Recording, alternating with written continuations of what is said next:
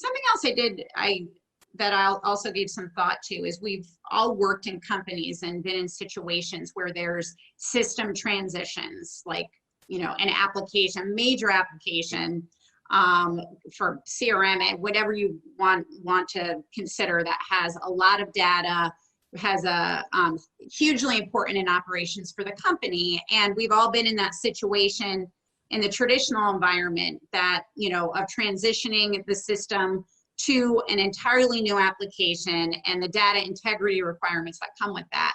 Are there different considerations that come into play when you're doing that in the cloud, when it's a full-on transition, perhaps from a legacy app to a new application, to ensure you have that data security and integrity along the way? Yet again, another great question, because there definitely are some additional considerations. Tons of IT professionals are already used to migrations and migrating data, et cetera, in a physical data center. And there's a lot of tools that you have available. You can, literally take out a hard drive and clone it, right? You don't have that same ability when you're migrating to the cloud. And oftentimes you're doing several things. Like, one, you're literally transferring all that data over into this new cloud environment.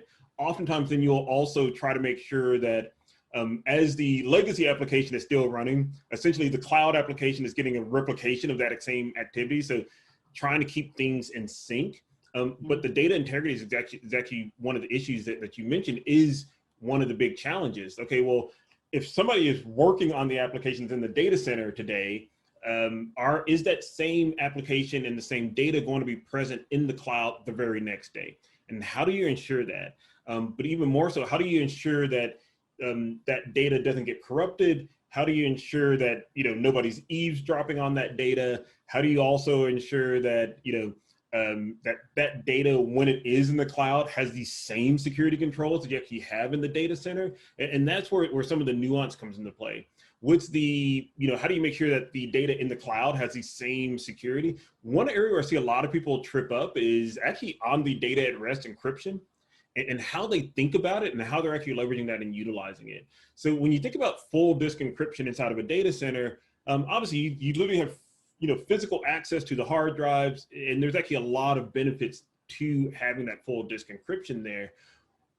When you're moving to the cloud, oftentimes you want to do more than just leverage, quote unquote, the basic full disk encryption that they provide. So you think about things like, S3 and Amazon, the EBS, et cetera.